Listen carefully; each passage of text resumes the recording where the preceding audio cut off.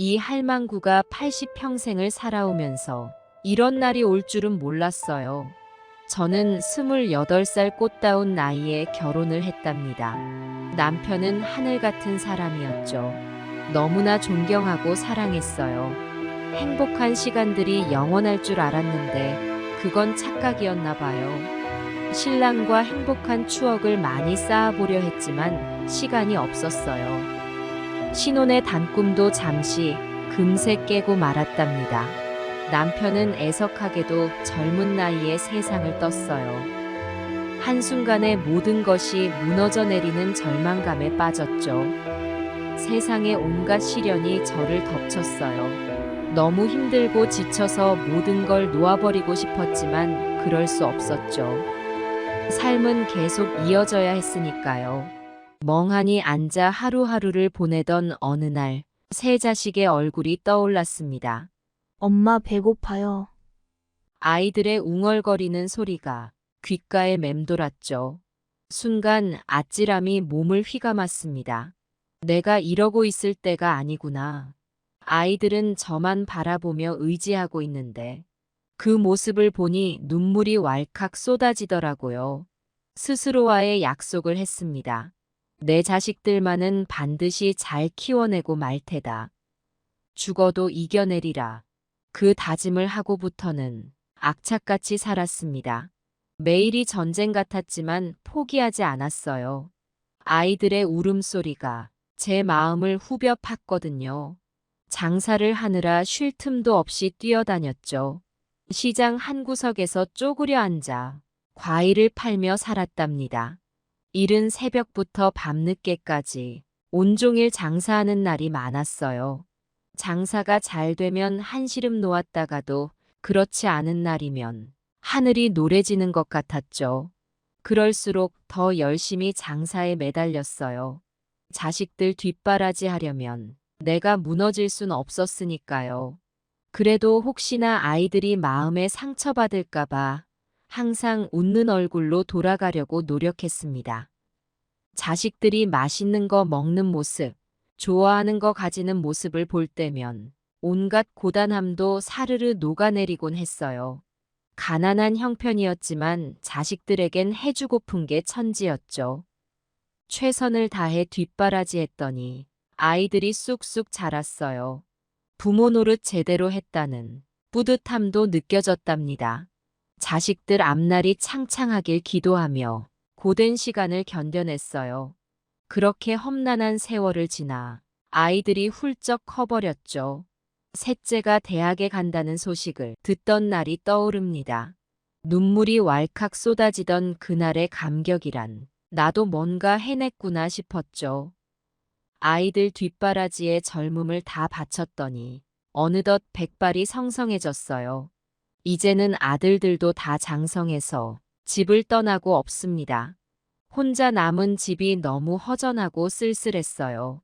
뭘 해야 할지 막막하기도 하고요. 그래도 움츠러들 순 없었어요. 80평생을 살아오면서 이겨내지 못한 게 없었는데 말이죠. 늙었다고 주저앉을 수는 없어요. 그래서 용기를 내어 경로당에 가보기로 했어요. 처음엔 쭈뼛거리며 발걸음을 떼었죠. 낯선 곳에 가는 게 쉽진 않았어요. 근데 막상 가보니 그곳도 외롭고 쓸쓸해 보이는 사람들 투성이었어요. 다들 제 마음을 알아주는 것 같았죠. 경로당을 드나들다 보니 어느 날 난생 처음 설렘을 느꼈어요. 까마득히 잊고 지냈던 두근거림이 살아난 거예요. 그분을 보는 순간 온몸에 전율이 퍼졌죠. 머리부터 발끝까지 통째로 짜릿해지는 느낌이었어요. 이런 감정은 처음이라 낯설기도 하고 겁도 났지만 동시에 가슴 벅차오르는 감동이 밀려왔답니다. 용기를 내어 말을 걸어봤어요. 처음엔 쑥스러워 눈도 마주치기 힘들었죠. 하지만 그분의 따뜻한 말투에 점점 마음을 열게 되었어요. 자연스레 웃음도 나누고 정도 쌓아갔죠. 그분도 절 아껴주시는 게 느껴졌어요. 함께 있으면 세상이 다시 빛나 보이는 것 같았죠. 노년에도 이런 사랑이 찾아올 줄은 상상도 못했어요. 하늘이 준 선물 같았죠. 늦깎이 춘향이가 된 기분이랄까요. 눈 올 때 그분이 손을 잡아주셨어요. 포근하고 단단한 손길에 눈물이 핑 돌더라고요. 있잖아요. 그날 처음으로 사랑한다는 말을 해줬답니다. 아직도 잊혀지지 않는 감동의 순간이에요.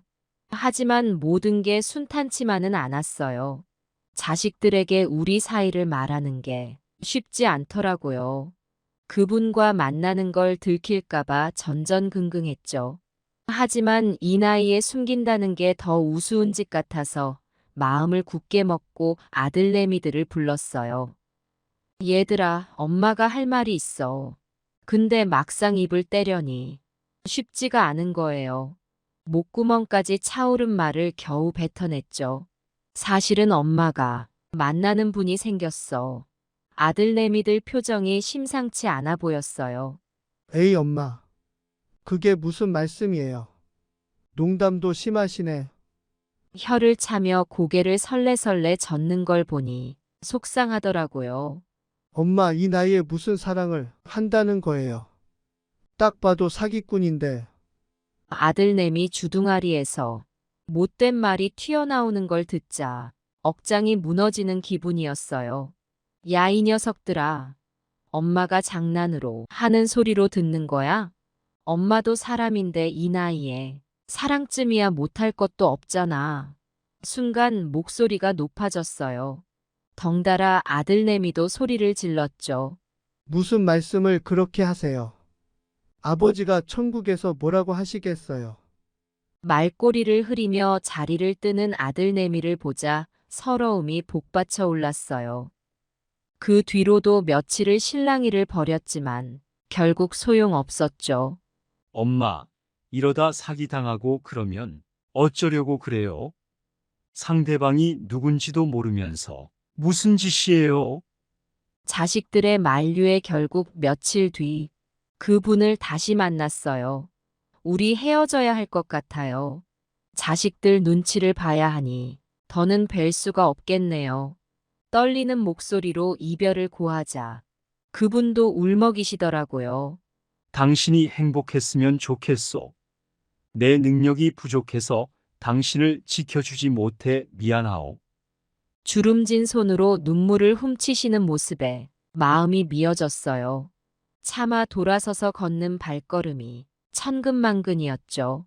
집에 돌아와 쓸쓸히 누워있자니 눈물만 왈칵왈칵 쏟아지더라고요. 자식 키우느라 고생만 하다 이제 겨우 행복을 찾았는데 이 기쁨마저 빼앗겨야 한다니 몇 달을 울며 지냈어요. 삶의 의욕도 사라지고 허탈한 뿐이었죠. 아들내미들이 오면 겉으로는 태연한 척했지만 속으로는 원망 같은 게 치밀어 오르곤 했어요. 아무도 내 마음을 알아주지 않는 것 같아 서글펐죠. 그렇게 방 안에 틀어박혀 지내던 어느 날 불현듯 정신이 번쩍 들더라고요. 아니, 내가 뭘 하고 있는 거지? 내 인생인데 내 마음대로 살 수 있는 거 아냐? 남은 인생 쪼들리게 살아서 뭐하나. 가슴 한구석이 뜨끈해지는 걸 느꼈어요. 일어나서 거울을 보니 초췌한 내 얼굴이 너무 낯설게 느껴지는 거예요. 그래, 이대로는 안 되지. 내가 바라는 대로 살아야지. 내 인생의 주인공은 나야. 그 순간 내 안에 무언가가 확 깨어나는 것 같았어요. 마음을 다잡고 아들내미들을 다시 불렀어요. 얘들아, 엄마 말 좀 들어봐. 엄마도 이제 내 인생을 살고 싶어. 너희 아버지가 돌아가시고 나서 엄마는 너희만 생각하며 살았어. 가족을 위해 내 모든 걸 바쳤고 후회한 적 없어. 근데 이젠 엄마도 행복할 권리가 있는 것 같아. 숨을 깊게 내쉬며 조심스레 말을 이었어요. 그분을 만나면서 엄마는 다시 살아있다는 걸 느꼈어. 사랑하고 사랑받는다는 게 이런 거구나. 깨달았지. 이 늦은 나이에 이런 감정을 느낄 수 있다는 게 얼마나 감사한 일인지 엄마는 이 사랑을 포기할 수 없어. 너희 눈치 보느라 몇 달 동안 마음고생이 심했어. 이 사랑을 접어야 하나 고민도 많이 했지. 하지만 이제 확신이 들었어. 엄마도 엄마 인생을 살아야겠다고. 너희들은 엄마의 사랑을 받으며 자랐잖니. 엄마라고 사랑받을 자격이 없겠니? 숨을 고르고 아들들을 바라보니 놀랍게도 눈시울이 붉어져 있었어요. 엄마 죄송해요. 우리가 너무 이기적이었어요. 엄마 인생까지 간섭할 순 없는 건데 엄마가 그렇게 생각하고 계셨다니 미안해요.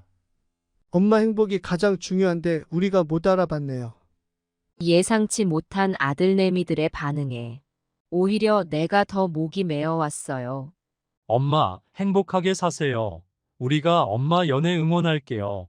그분 꼭 만나서 사랑하세요. 순간 눈물이 왈칵 쏟아지더군요. 아들내미 녀석들 품에 폭 안기며 엉엉 울었어요. 이 세상에 부모 자식 간의 정만큼 끈끈한 게 또 있을까요? 서로를 이해하고 존중하는 게 이런 거구나 싶었죠.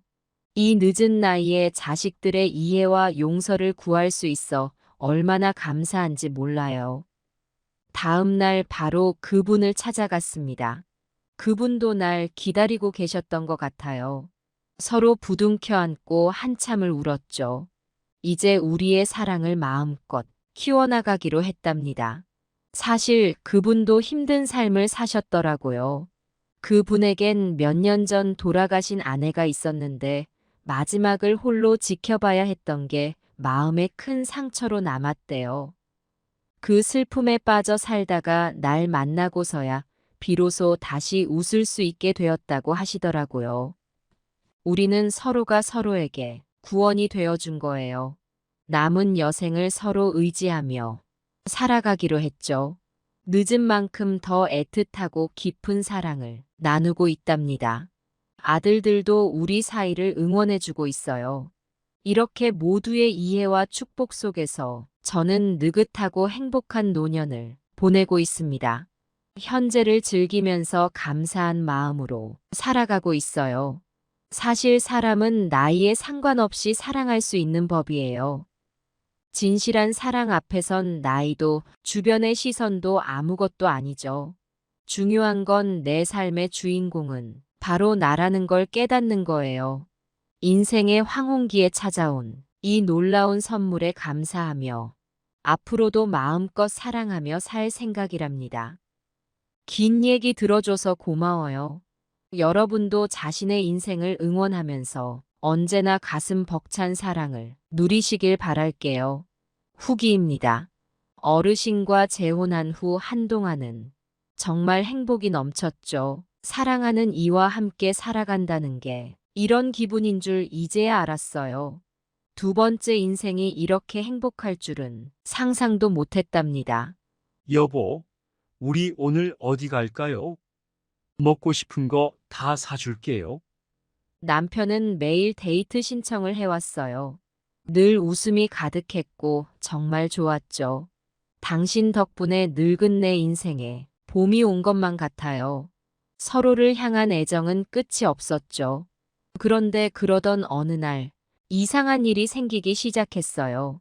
먼저 작은 아들 내외가 결혼 선물로 준 순금 팔찌가 감쪽같이 사라졌어요. 내가 어디다 뒀더라. 처음엔 내 건망증 때문인 줄 알았죠. 며칠 뒤엔 첫째 아들이 용돈으로 준 봉투가 사라졌고요. 이게 도대체 어디로 간 거야? 분명 여기다 뒀는데. 그때부터 불안감에 휩싸였어요. 설마 우리 집에 누가 들어온 건 아니겠지. 남편에겐 말 못하겠더라고요.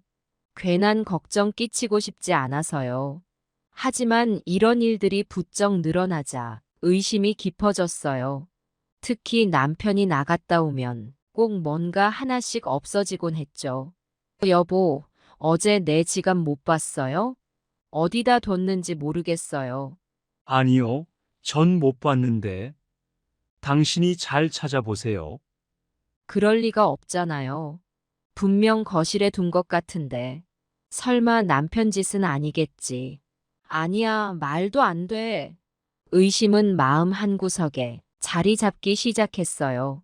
그렇게 믿었던 남편에 대해 의구심을 품게 될 줄은 꿈에도 몰랐죠. 그러던 어느 날 청천벽력 같은 사실을 알게 되고 말았어요. 남편 옷장을 정리하다가 우연히 서류 봉투를 발견했거든요. 그 안에는 낡은 형사재판 판결문이 들어 있었어요. 피고인 박모 46세는 사기 행각을 일삼아 징역 30년형에 처한다. 깜짝 놀라 바닥에 주저앉았어요. 눈앞이 캄캄했죠. 알고 보니 남편은 전과 26범에 30년 복역까지 한 사기꾼이었던 거예요. 이게 뭐야? 당신이 이런 사람이었단 말이야? 믿기지가 않았어요. 세상이 무너지는 것 같았죠.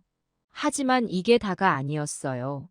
또 다른 청천벽력이 날 덮쳤거든요. 얼마 뒤 경찰이 우리 집에 찾아왔어요. 남편이 또다시 사기 행각을 벌였다는 충격적인 소식과 함께요. 어르신, 지금 당장 조사를 받으셔야겠습니다. 증거가 확실해요. 사기 혐의가 인정되면 이번에도 감옥행이 불가피할 겁니다. 그 순간 나는 정신을 잃고 쓰러졌어요. 눈앞이 깜깜해지고 숨이 막혀왔죠. 순식간에 행복했던 시간들이 무너져 내렸어요. 내가 그토록 사랑했던 사람이 알고 보니 천하의 사기꾼이라니. 말도 안 돼. 이럴 리가 없어. 거짓말이야. 이건 너무 잔인한 운명의 장난이었어요. 하늘이 내게 무슨 시련을 주려고 이러는 걸까요? 쓰러졌던 정신을 간신히 차렸을 때 눈물이 쏟아졌어요. 이게 현실이란 말인가요? 그 사람을 그렇게 못 믿을 줄이야. 오죽하면 아들내미가 말렸겠어요. 엄마, 제발 헤어지세요. 저런 사람하고 살면 안 돼요. 근데 내가 고집을 부렸지. 사랑한다 큰 소리 쳤었지. 이 늙은 나이에 또 한 번 저주할 만한 배신을 당하게 될 줄은. 엄마가 뭘 그렇게 잘못 판단했을까? 가슴에 대못을 박는 것 같은 아픔에 하염없이 통곡했어요. 사기꾼과 연애를 하다니 내 눈엔 뭘로 보고 산 걸까요? 젊은 시절도 아니고 머리에 백발이 가득한 늙은이가 무슨 짓이야. 이런 말도 안 되는 사랑에 속아 넘어가다니. 겉모습만 번지르르하게 차려입은 악마를 못 알아봤어. 겉만 보고 사람을 판단해선 안 된다는 걸 뼈저리게 깨달았어요. 하늘이 이렇게 벌을 내린 걸까요? 제가 잘못 살아온 죗값을 치르는 걸까요? 에휴, 철없던 짓을 했구먼. 한숨만 푹푹 내쉬었어요. 그래도 내 잘못을 깨달았으니 이제 앞으로 잘 살아야죠. 인생의 황혼기에 이런 사기꾼을 만나다니. 억장이 무너지지만 어쩌겠어요. 제 잘못도 크니까요. 엄마, 이제 그 사람 생각하지 마세요. 첫째 아들이 날 꼭 끌어안으며 위로했죠. 우리가 엄마 지켜드릴게요. 더는 나쁜 사람 만나지 마세요. 둘째 아들도 눈물을 글썽이며 말했어요. 엄마, 제가 더 잘할게요. 이런 일 없도록요. 막내 아들은 자기 잘못인 양 고개를 숙였죠. 이 녀석들 때문에 내가 살 수 있는 거예요. 자식이 부모를 걱정하고 돌봐주는 이 따뜻한 정, 이게 삶의 원동력이 되더라고요. 얘들아, 고마워. 엄마가 너희한테 의지할게. 이제는 아들 품에 안겨 엉엉 울었죠. 무너진 내 세상을 추스르는 데는 시간이 걸렸어요. 황망한 치욕의 순간들을 잊기란 쉽지 않았죠. 밤마다 악몽에 시달리고 불면증에 시달렸어요. 그 사기꾼의 얼굴이 자꾸 떠올라 미칠 것만 같았죠. 술로 세월을 견디기도 했어요. 막걸리 한 사발이면 세상 시름 다 잊을 수 있었거든요. 근데 아들내미들이 그걸 막더라고요. 엄마, 제발 술 그만 드세요. 건강 해치면 어떡해요. 취하면 그 놈 생각만 난다며. 밤새 우시잖아요. 자식들 걱정시키기 싫어 술도 끊었죠. 매일 부처님 앞에 앉아 기도했어요. 마음의 평화를 찾고 싶었거든요. 부처님, 제 삶의 의미를 주십시오. 희망을 보여주십시오. 간절히 기도하고 또 기도했죠. 그렇게 작은 깨달음을 얻었어요. 비록 사기당했지만 그 덕에 인생의 교훈을 얻었다는 걸요. 사람의 겉모습만 보고 판단하면 안 된다는 거. 진실한 사랑의 힘을 믿어야 한다는 거. 내 삶의 주인공은 바로 나라는 것도요. 부처님 가르침에 충실히 살기로 마음먹었죠. 남은 여생, 아들 며느리 잘 보살피고 이웃과 함께 살아야겠다고 다짐했답니다. 사기꾼을 만난 게 오히려 날 깨우친 계기가 되었네요. 덕분에 참된 의미의 사랑을 알게 되었고 가족의 소중함도 절실히 깨달았으니까요. 그 사기꾼은 결국 감옥에 들어갔어요. 엄청난 사기 행각을 벌인 죄로 무려 20년형을 선고받았죠. 수십억의 돈을 횡령하고 수많은 사람을 속여 넘긴 대가였어요. 그 인간이 감옥에 처박혔다니 천만다행이네. 우리 엄마 인생 망쳐놓은 죄로 20년형? 더 받아야 해. 아들내미들이 분노에 찬 목소리로 말했죠. 하지만 저는 오히려 그 소식에 안도했어요. 이제 그 사람의 소나기에서 벗어날 수 있게 된 거니까요. 더는 그에 의해 상처받지 않아도 된다는 뜻이잖아요. 물론 한동안은 괴로웠죠. 사랑했던 사람이 이렇게 추악한 범죄자라니. 가끔은 악몽을 꾸기도 했어요. 그와 함께 있던 행복했던 순간들이 되살아나 괴롭히곤 했죠. 그때마다 눈물로 베개를 적셨답니다. 하지만 시간이 흐르면서 마음의 짐을 조금씩 내려놓을 수 있었어요. 인생은 이런 거지 뭐. 세상엔 나쁜 사람도 있는 법이야. 삶의 희로애락을 겪으며 깨달음도 얻게 되더라고요. 속았다고 해서 내가 바보는 아니란 걸 알았죠. 순수한 마음으로 사랑했던 저에게 잘못은 없어요. 오히려 그 사람이 불쌍하게 느껴지기도 했어요. 감옥에서 20년을 보내야만 하는 신세라니. 인생이 참 허무하다는 생각도 들었죠. 그래도 과거는 과거일 뿐 앞으로 남은 삶이 더 중요해요. 이제 마음속에서 그를 깨끗이 지워냈답니다. 용서하는 마음을 가지기로 했죠. 증오와 원망은 독이 될 뿐이에요. 내 삶을 갉아먹는 해로운 감정일 뿐이죠. 자식들과 함께 소소한 행복을 나누며 살아가기로 했어요. 손주들 재롱잔치를 보고 친구들과 수다 떨고 복지관에서 노래도 부르고 춤도 추면서요. 남은 여생을 기쁘게 보내는 게 삶의 진정한 목적이라는 걸 알았죠.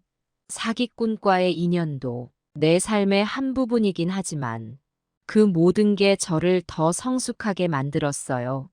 고통의 시간을 버텨내고 얻은 깨달음이 소중하죠. 내 안에 내가 그렇게 강한 사람이 살고 있었구나. 이젠 주눅 들지 않고 당당하게 살아가려 해요. 세상 무서울 게 없어졌어요. 사기꾼도 이겨냈는데 뭘 못 견디겠어요. 때로는 아플 수 있지만 다시 일어설 수 있다는 걸 배웠죠. 지금의 저는 어엿한 삶의 승리자예요. 아들들도 엄마가 너무 자랑스럽대요. 우리 엄마 진짜 대단해요. 저런 일을 겪고도 저렇게 씩씩하시다니. 앞으로도 기쁜 마음으로 살아가려고요. 감사하는 삶, 베푸는 삶, 웃음 가득한 삶말이에요. 남은 생을 아름답게 수놓는 게 제 버킷리스트랍니다. 안녕하세요. 제 파란만장했던 82년 인생 이야기를 들어주실 수 있으신가요? 저는 약 60년 전 20대 중반의 꽃다운 나이에 운명 같은 사랑을 만나 결혼했어요. 남편은 일주일에 3번은 꼬박꼬박 영화관 데이트를 할 만큼 낭만이 가득했죠. 첫눈에 반해 3개월 만에 사랑의 결실을 맺었어요. 신혼 시절엔 좁디 좁은 단칸방에 살았지만 가난해도 행복하기만 했죠. 남편은 결혼하고 직장에 들어갔는데 정말 눈에 넣어도 아프지 않을 만큼 살뜰했어요. 퇴근하면 꼭 장미꽃 한 송이 사들고 와서 저를 우아한 숙녀로 대접했답니다. 매일 아침 제가 잠에서 깰 때까지 머리맡에서 기다리고는 깨트린 유리잔처럼 반짝이는 눈빛으로 속삭이곤 했죠. 당신은 와인 같아 성숙한 달콤함이 느껴져. 남편은 주말마다 오래된 LP 플레이어에 우리가 처음 만난 날 카페에서 흘러나오던 차이콥스키 음악을 틀어놓고는 거실에서 한참을 낭만에 젖어 슬로우 댄스를 추곤 했어요. 가끔은 창밖에 떨어지는 빗방울을 보며 남편은 시를 음조렸어요. 내 사랑 당신과 함께라면 우산도 필요 없어요. 온 세상 사람들 다 울어도 우리만은 미소를 잃지 않을 거예요. 돌이켜보면 그립기만 한 추억들이에요. 남편은 매사에 정직하고 성실했고 저와 눈만 마주쳐도 행복해했죠. 긴 세월 제 곁을 지켜주리라 믿었는데 결혼한 지 3년도 채 되지 않아 남편이 불의의 사고로 하늘나라로 가버렸어요. 일하던 공장에서 기계에 끼어 한순간에 세상을 떠났어요. 살다 살다 이렇게 억울하고 허망한 일이 있을까요? 꽃다운 나이에 과부가 되어 막 돌이 지난 아기 둘을 혼자 키워야 했어요. 그때부터 몇 년을 통곡하며 보냈는지 모르겠어요. 하늘은 무심했고 세상은 외면했죠. 나 혼자 두 식구 먹여 살리기 위해 뼈 빠지게 일했어요. 장남 태호, 차남 민호는 내 목숨과도 같았죠. 공장에서 밤샘 근무하고 식당 서빙하고 막노동, 보따리 장사도 가리지 않았어요. 제 청춘과 열정, 끊임없이 흘린 땀과 눈물로 두 아들을 겨우 건사했죠. 남들처럼 제대로 뒷바라지는 못해주었지만 아들들 학비며 교복, 먹을거리는 꼬박꼬박 대주려 발버둥 쳤어요. 남편 사진을 품에 안고 흘린 눈물로 두 아들을 밥 먹이고 재웠죠. 간혹 엄마, 아빠는 어디 계세요? 라고 묻는 아들들의 눈망울을 바라보며 하늘나라에서 우리 지켜보신단다. 아빠처럼 정직하고 훌륭한 사람 되어야 한다. 라고 또박또박 말해주곤 했답니다. 그렇게 고된 세월을 견뎌내며 장남 태호, 차남 민호 대학 보내고 결혼시키는 게 소원이었어요. 그러던 어느 날 저에게 기적 같은 기회가 찾아왔어요. 친정 식구의 도움으로 단칸방 같은 조그만 점포에 작은 식당을 열게 된 거죠. 남편이 생전에 즐겨 먹던 갈비탕 외길 인생을 살기로 마음먹었어요. 식당 이름도 왕관의 갈비탕이라 지었답니다. 남편의 성을 땄죠. 그러면 하늘에 있는 남편도 기뻐할 것만 같았거든요. 매일 새벽부터 늦은 밤까지 갈비를 고르고 푹 삶아 육수를 내고 떡갈비를 빚었어요. 손님 응대하랴, 설거지하랴, 눈코 뜰 새 없이 바빴죠. 그래도 남편 생각에 한결같은 마음으로 갈비탕을 정성껏 끓였어요. 처음엔 손님이 뜸했지만 한결같은 저의 진심이 통했는지 단골 손님이 하나둘 늘어나기 시작했죠. 인근 주민들 사이에서 왕관의 갈비탕 맛이 입소문을 타기 시작했어요. 1년쯤 지나자 식당 앞에 줄을 서서 기다리는 손님이 보이기 시작했고 2년 뒤에는 시내 언론에서 저희 가게를 찾아와 취재하더니 신문지상에 이 집 갈비탕은 꼭 먹어봐야 한다는 제목의 찬사 가득한 기사를 내보냈죠. 하늘에서 남편이 저를 도와주는 것만 같았어요. 그렇게 세월이 흘러 5년쯤 지나자 왕관의 갈비탕은 전국적으로 유명세를 탔어요. 먼 곳에서도 손님들이 제 갈비탕의 신세계를 경험하기 위해 찾아왔죠. 밤낮으로 갈비탕을 끓여도 늘 준비한 갈비가 동이 날 지경이었어요. 장사가 잘 되다 보니 어느덧 저도 넉넉해졌죠. 처음엔 두려웠던 단칸방 술집 건물주 노릇도 어느새 익숙해졌고 번 돈으로 건물도 사고 땅도 사게 되었죠. 식당 체인점도 내고 브랜드도 만들었답니다. 왕가네로요. 남편 덕분에 이뤄낸 성공이라고 생각했어요. 40여 년을 그렇게 악착같이 달려왔네요. 쉴 틈은 없었지만 정말 큰 보람을 느꼈죠. 장남 태호, 차남 민호가 건강하고 훌륭하게 자라준 것도 감사했어요. 하지만 한편으로는 아들들이 어릴 때 제대로 뒷바라지 못해준 것이 한이 되더라고요. 그래서 아들들에게 그동안의 미안함과 사랑을 담아 거금을 물려주기로 마음먹었죠. 막내 민호, 장남 태호에게 각각 건물 한 채씩 사주고 50억씩 총 100억이 넘는 재산을 물려줬어요. 남은 재산도 언젠가는 아들들에게 고스란히 물려주고 싶었죠. 그런데 요즘 들어 제 가슴에 서늘한 한기가 느껴지네요. 평생을 고생만 하며 살아온 저도 이제는 인생의 말년을 외롭지 않게 보내고 싶은데 자식들은 그걸 왜 모르는 걸까요? 어쩌다 우연히 만난 한 남자분 덕분에 마음의 위로를 얻을 수 있었는데 아들들은 엄마의 재혼을 극구 반대하네요. 가족끼리 서로 이해하고 존중하는 건 어려운 걸까요?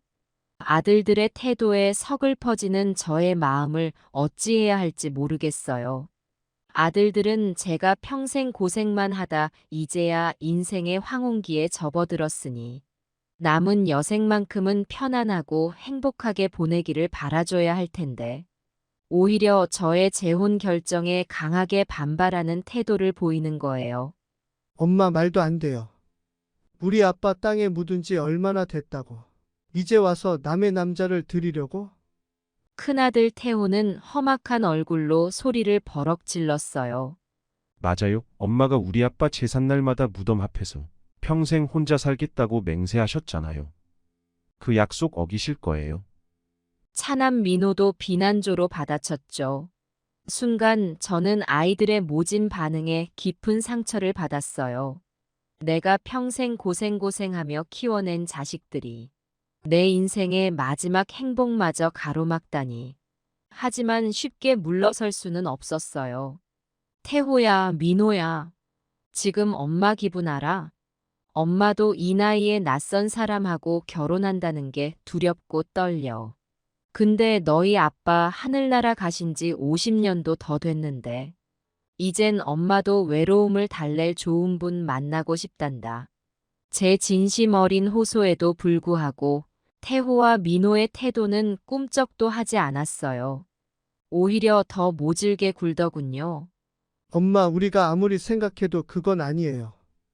80 넘은 늙은이가 무슨 결혼이에요. 주변에서 손가락질 받겠네. 어휴, 이게 무슨 소리야? 엄마가 고생해서 모은 재산 다 쓸어가려는 사기꾼 아니에요? 딱 봐도 수상에 빠졌던데.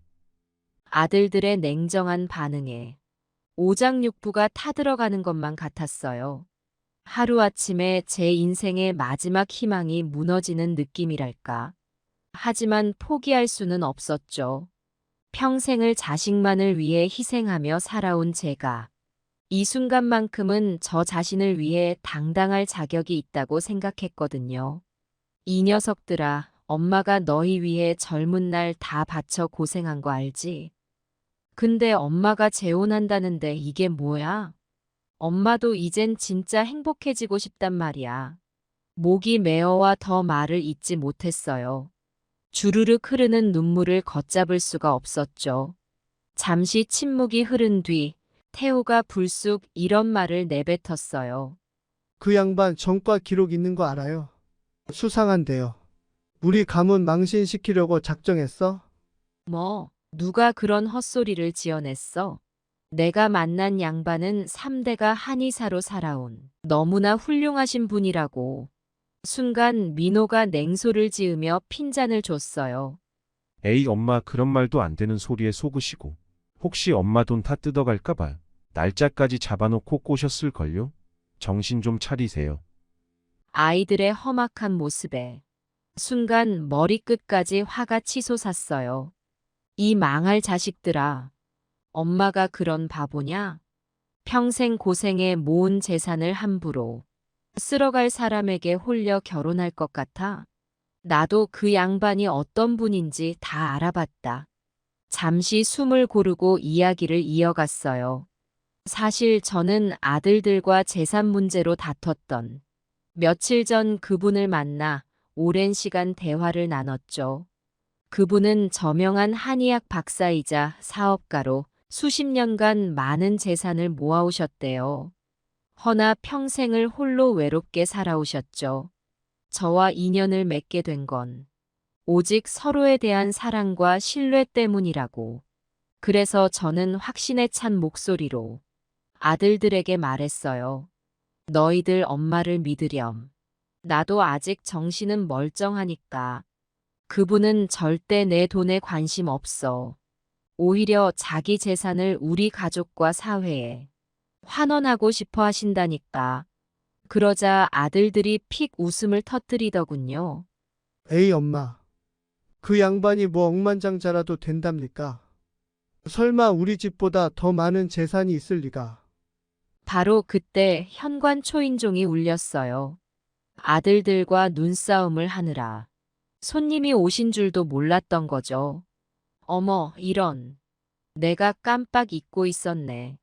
오늘 저녁에 그분을 초대했었는데 내가 좀 맞이하고 올게. 저는 황급히 현관문을 열었고 그분이 따뜻한 미소를 지으며 들어오셨어요. 옆에는 비서 2명이 커다란 서류 가방을 들고 따라오고 있었죠. 사모님, 안녕하세요. 약속대로 왔습니다. 아들분들께 제 소개를 해드리고 싶어서요. 잠깐 긴장되는 순간이었지만 그분의 의연한 모습에 힘을 얻었어요. 이 양반이라면 뭐든 잘 해결해 주실 것 같아. 거실로 들어서자 태호와 민호가 의아한 얼굴로 저희를 바라보고 있었죠. 엄마, 이 양반이 누군데요? 저는 아들들 앞에 그분을 당당히 소개했답니다. 얘들아, 이분이 바로 내가 재혼하기로 한 저명한 김봉사 한의원 원장님이시다. 그러자 그분이 앞으로 나서시며 말씀하셨죠. 처음 뵙겠습니다.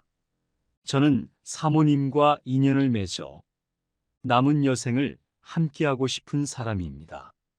두 분의 축복을 받고 싶습니다만 태호가 불쑥 말을 자르며 따져 물었어요. 원장님? 그럼 재산이 얼마나 되시는데요? 우리 집보다 더 많으신가요? 아니면 우리 엄마 재산이 탐나서 꼬시는 건지. 그분은 태연한 얼굴로 옆에 있던 비서들에게 서류 가방을 가져오라 하시더니 탁자 위에 놓고 열어젖히는 거예요. 제 재산 내역은 이렇습니다. 이 서류에 적힌 500억 원 상당의 부동산과 현금을 향후 사회에 환원할 생각입니다. 사모님 재산에는 일절 관심이 없습니다. 순간 우리 모두는 입이 떡 벌어졌죠. 그분은 우리가 생각했던 것보다 훨씬 거액의 재산가이셨던 거예요. 그리고 딱 봐도 건실해 보이는 사업가 풍모에 신뢰가 절로 가는 인상을 지니고 계셨죠. 사모님과 만난 건 제겐 인생 최고의 행운입니다. 사모님께 행복과 사랑을 드릴 수 있다면 재산 따윈 아무 의미 없습니다. 아들분들의 상속 재산에도 관심 없고요. 태호와 민호는 시큰둥한 표정으로 서로 눈빛을 교환하더니 고개를 끄덕였어요. 하긴 500억이 넘는 재산가 앞에선 더 따질 명분도 없었겠죠. 뭐 엄마가 정 원하신다면야. 우리가 어떻게 했어요? 축복해 드리죠 뭐. 저는 울컥 솟구치는 눈물을 삼키며 그분의 손을 꼭 잡았어요. 그리곤 아들 둘을 가슴에 꼭 안았죠. 고마워. 정말 고마워. 이렇게 우여곡절 끝에 인생 최대의 행운을 잡은 거예요. 재혼이란 내 행복을 위해 당당하게 나아가는 일이었죠. 그동안의 고생과 한이 씻은 듯이 사라졌답니다. 아들들도 이제 제 행복을 진심으로 축복해 주는 것 같아. 그저 감사하고 또 감사할 따름이에요. 새 인생의 출발선에 서니 가슴이 벅차오르네요. 사랑하는 사람과 함께 평생 소외된 이들을 돕는 삶, 베품과 봉사로 가득한 제2의 인생을 꿈꿔봅니다.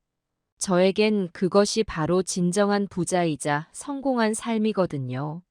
새 남편 덕에 아들 내외와도 좋은 추억을 많이 쌓고 있어요. 때론 다 같이 식사하고 여행도 다니죠. 화목한 대가족의 모습을 보면 행복이 절로 샘솟습니다. 그저 고달프기만 했던 세월이 이렇게 아름다운 결실로 화답해 줄 줄이야. 마치 봄날의 꽃망울이 화사하게 터지듯이 말이에요. 내 인생의 절정에서 맞이한 이 놀라운 전환점을 앞으로도 감사한 마음으로 살아가렵니다. 하늘에 계신 남편도 분명 기뻐하실 거예요. 이제 남은 생은 사랑과 나눔으로 가득 채우겠어요. 희망찬 내일을 향해 힘차게 날아오르는 기분이랄까요? 저는 아들들의 축복을 받고 용기를 얻어 그분과의 재혼을 결심할 수 있었어요. 평생을 기다려온 인생의 반려자를 드디어 만난 거죠. 결혼식 당일, 저는 너무나 행복했어요. 오랜만에 입은 웨딩드레스도 꼭 맞았고, 식장에 모인 하객들의 축복도 따뜻하게 느껴졌죠. 무엇보다 신랑의 사랑 어린 눈빛이 잊히지 않아요. 신혼여행으로 유럽에 다녀온 뒤부터 우리의 새 살림이 시작되었어요.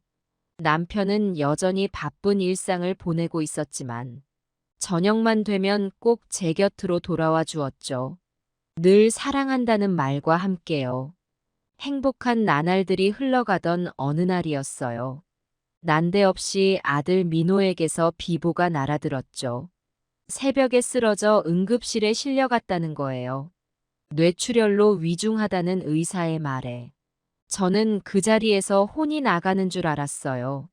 병원에 뛰어가 보니 민호는 중환자실에 있었어요. 수술은 받았지만 의식이 없는 상태라고 했죠. 평소 과로와 스트레스로 건강 적신호가 있었다는데 제가 몰랐던 것이 너무나 원망스러웠어요. 매일 병원에서 민호의 손을 잡고 기도했죠. 다행히 열흘 만에 의식을 차리긴 했지만 오른쪽 팔다리에 마비 증세가 왔어요. 의사는 재활 치료가 필요하다고 했죠. 남편의 도움으로 좋은 재활병원에 입원하긴 했지만 민호의 표정은 여전히 어두웠어요. 취미로 하던 사진 활동도 이젠 못하게 됐으니 삶의 의욕을 잃은 것 같았죠. 저는 매일 같이 병원에 가서 민호를 돌봤어요. 때론 태호에게 민호를 봐달라 부탁하기도 했죠. 남편 덕분에 마음껏 아들을 챙길 수 있었어요. 덕분에 민호도 서서히 밝은 모습을 되찾았죠. 어느덧 민호는 퇴원할 수 있을 만큼 회복되었고 저는 더 바랄 나위 없이 기뻤어요. 그런데 퇴원 전날 뜻하지 않은 소식을 들었어요. 태호가 식당 일에 집중하느라 민호 간병을 소홀히 했다는 거예요. 알고 보니 한동안 병원에도 오지 않았던 모양이에요. 순간 억장이 무너지는 기분이었어요. 형제끼리 그렇게 정없이 굴 수 있나요? 게다가 태호는 민호의 간병비로 제가 보내준 돈을 식당 운영비에 썼대요. 아무리 사정이 어려워도 그건 아니었죠. 저는 태호에게 따져 물었지만 태호는 오히려 큰 소리를 쳤어요. 자기가 식당 하나 건사하기도 바쁜데 동생 뒷바라지까지 어떻게 하느냐고요. 결국 민호와 저에게 미안하다며 사과는 했지만 마음에 큰 상처를 받을 수밖에 없었어요. 이 일로 저는 많은 생각에 잠겼어요. 이대로 계속 두 아들 사이에서 재산과 정을 쪼개가며 살아야 할까요? 행복해야 할 재혼 생활이 오히려 아들들에겐 불행의 씨앗이 된 건 아닌지. 며칠 뒤 힘든 결심을 하고 남편에게 말했어요. 더는 두 아들 사이에서 저를 쪼개줄 수 없으니 잠시 집을 떠나겠다고요. 남편도 저의 괴로움을 알고 있었는지 기꺼이 응해 주었어요. 저는 한적한 시골로 내려가 지내기로 했죠. 일단 아들들에게서 거리를 두고 제 자신과 미래에 대해 깊이 생각해 볼 시간이 필요했어요. 남편은 그런 저를 응원해주며 필요한 걸 적극 도와주었어요. 전원주택에서의 삶은 너무나 평화로웠어요. 매일 아침 새소리에 깨어나고 정원에서 채소를 가꾸며 지냈죠. 남은 여생을 이렇게 보내고 싶다는 생각이 간절해졌어요. 그러던 어느 날 뜻밖의 손님이 찾아왔어요. 민호였죠. 저를 찾아 먼 길을 왔다면서 끝내 무릎을 꿇고 울먹였어요. 눈물로 자신의 잘못을 뉘우치더군요. 병원비 일로 폐를 끼쳐서 죄송하다고, 앞으로는 형님처럼 되지 않겠다고. 동시에 태호에게서도 연락이 왔어요. 그 역시 뼈저리게 반성하고 있다면서 앞으로는 동생과 화합하며 엄마를 더 보필하겠다고 굳게 약속했죠. 순간 울컥 눈물이 쏟아졌어요. 그토록 염려하던 아들들이 저만의 공간을 만들어준 후로 이렇게 달라질 줄이야. 제 삶의 전환점이 된 거죠. 저는 민호의 손을 잡고 서울로 올라갔어요. 남편과 태호가 반갑게 우리를 맞이했죠. 다 함께 둘러앉아 밤새도록 그간의 오해와 갈등을 풀어냈어요. 때로는 눈물을 흘리기도 하고, 때로는 웃음꽃을 피우기도 하면서요. 우리는 이제 진정한 가족이 되었어요. 아픈 과거는 모두 떨쳐버리고, 사랑과 신뢰로 똘똘 뭉친 하나의 공동체로요. 앞으로의 인생길을 함께 걸어가기로 했죠. 저는 이 모든 게 재혼 덕분이라 생각해요. 만약 남편을 만나지 못했더라면 저는 계속 두 아들 사이에서 마음고생만 했을 거예요. 하지만 이제는 달라요. 저만의 공간과 제2의 인생이 생겼으니까요. 물론 앞날에 어떤 역경이 다가올지 몰라요. 하지만 이젠 두렵지 않아요. 사랑하는 남편과 성숙해진 아들들, 그리고 무엇보다 강인해진 제 자신이 있으니까요. 남은 여생을 이렇게 살아갈 수 있어서 너무나 행복하고 감사해요. 가끔은 고단했던 지난 날들이 오히려 오늘의 저를 있게 해준 귀한 디딤돌이었음을 깨닫곤 해요. 여러분도 인생의 전환점을 맞이할 때가 있을 거예요. 그 순간을 기꺼이 받아들이세요. 분명 아름다운 제2의 인생이 그 너머에서 여러분을 기다리고 있을 테니까요. 이렇게 우여곡절이 많았지만 가족들 모두가 서서히 안정을 되찾아갔어요. 그런데 이게 웬일일까요? 5년쯤 잘 살았는데 갑자기 남편이 뜻밖의 말을 꺼내는 거예요. 여보, 우리 이혼합시다. 청천벽력 같은 한마디에 저는 그 자리에 얼어붙고 말았어요. 네. 무슨 말씀이세요? 남편은 애써 담담한 얼굴로 말을 이었어요. 내 평생 꿈이 있었어. 의사로서 아프리카에 가는 거요. 가난하고 병든 이들을 돕고 싶었지만 늘 기회가 없었어. 이제 우리 아이들도 다 컸으니 남은 생을 그 꿈에 바치고 싶소. 당신도 이해해 주길 바라오. 머리가 하얗게 돌아가는 것 같았어요. 이렇게 행복한 시간을 보내고 있는데 어떻게 이런 말을 할 수 있죠? 눈앞이 캄캄해지는 것 같았어요. 하지만 이내 정신을 차리고 생각해보니 그의 말이 이해가 되었어요. 평생 의술로 사람들을 돕고자 했던 남편, 그 순수한 소망을 외면할 순 없었죠. 무엇보다 그의 그런 모습에 제가 반한 것 아니었나요? 여보, 당신 꿈 응원해요. 아프리카에서 당신을 기다리는 수많은 생명들이 있을 거예요. 우리 인연 여기서 끝나는 게 아니에요. 가끔 만나 서로의 삶을 응원하면서 새로운 관계를 만들어가면 돼요. 저는 이렇게 말하면서도 한편으론 서글픔이 밀려왔어요. 늦은 나이에 얻은 사랑을 이별로 마무리해야 한다니. 하지만 감사하게도 그동안 남편과 보낸 시간들은 저에게 큰 행복을 선물해 주었어요. 물질적인 풍요뿐 아니라 정신적인 성숙도 얻게 되었으니까요. 이별의 아쉬움을 접어두고 저는 당당히 독립하기로 했어요. 홀로서기에 대한 두려움보다는 새로운 인생에 대한 설렘이 더 컸죠. 아들 민호는 건강을 되찾아 취미로 시작한 사진을 전업으로 삼아 열심히 활동하고 있어요. 태호 역시 제 기술을 물려받아 작은 갈비집을 다시 열었죠.